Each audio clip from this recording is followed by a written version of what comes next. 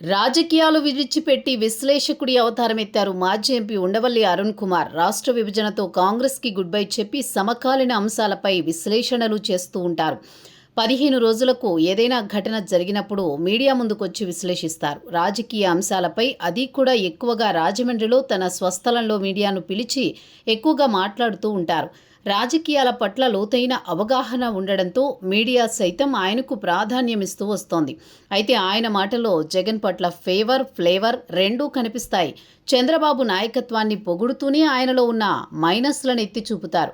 జగన్ విషయంలో మాత్రం పరోక్షంగా అభిమానం చూపుతారన్న విమర్శ ఉండవల్లి అరుణ్ కుమార్లో ఉంది. అయితే ఇప్పుడు అదే విషయాన్ని ఇద్దరు వైసీపీ నేతలు మాట్లాడుకోవడానికి సంబంధించి ఆడియో ఫోన్ కాల్ లీక్ అయింది. ప్రస్తుతం రాజకీయ పార్టీలు పెంచి పోషించే డిజిటల్ మీడియా వచ్చేసింది. యూట్యూబ్ ఛానల్స్తో పాటు అనేక రకాల వెబ్సైట్లు వచ్చాయి.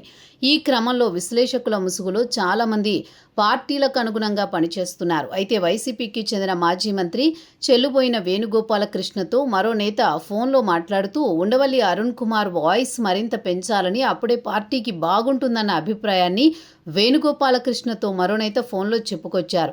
2003లో రాజశేఖర్ రెడ్డి పాదయాత్ర చేస్తున్న సమయంలో ఆయన దృష్టిలో పడ్డారు ఉండవల్లి. అలా కాంగ్రెస్లో చేరిన ఆయనకు 2004లో రాజమండ్రి ఎంపీగా సీట్ ఇచ్చారు రాజశేఖర్ రెడ్డి. ఆ ఎన్నికల్లో గెలిచిన ఉండవల్లి పార్లమెంట్లో అడుగుపెట్టారు. 2009లో రెండోసారి గెలిచారు. కానీ రాజశేఖర్ రెడ్డి అకాల మరణంతో పార్టీ ఏర్పాటు చేసిన జగన్ రెడ్డిని నియంత్రించే ప్రయత్నం చేశారు. కానీ వర్కౌట్ కాలేదు.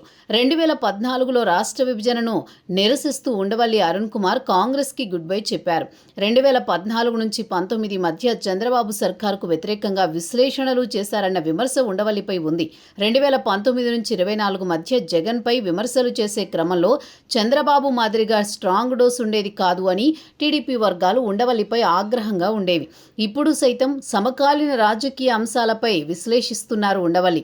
ఈ క్రమంలో టీడీపీ కూటమి ప్రభుత్వంపై విమర్శలు కూడా చేస్తూ ఉంటారు. అయితే ఇప్పుడు ఆ డోస్ పెంచాలని ఓ నేత వైసీపీ మాజీ మంత్రిని కోరడంతో ఉండవల్లి అరుణ్పై రకరకాల చర్చ నడుస్తోంది. మరి అందులో నిజమెంతుందో తేలాలి.